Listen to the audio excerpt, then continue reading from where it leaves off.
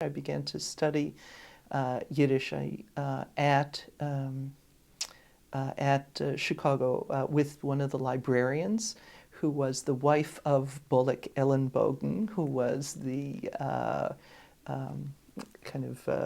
manager of the building at the YIVO. He was a fantastic older Bundist, and his wife, Halinka, taught his sister, Halinka taught Yiddish outside of the regular faculty at the library. There was a group of students who studied with her, and she was married to Arcadius Kahan, who was the descendant of a prominent Bundist family.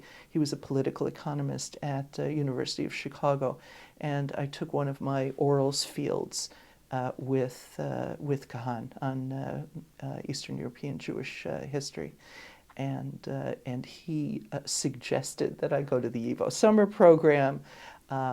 My ABD, my unfinished Ph.D., was on Hebrew and Yiddish writers in the United States, and knowing very little, I felt like I had invented this topic for myself. And once I came to the YIVO, after having finished doctoral orals at Chicago, I sat down again to study through the Max Weinreich Center. So we were sent to, we had access to classes at both at the Max Weinreich Center at YIVO.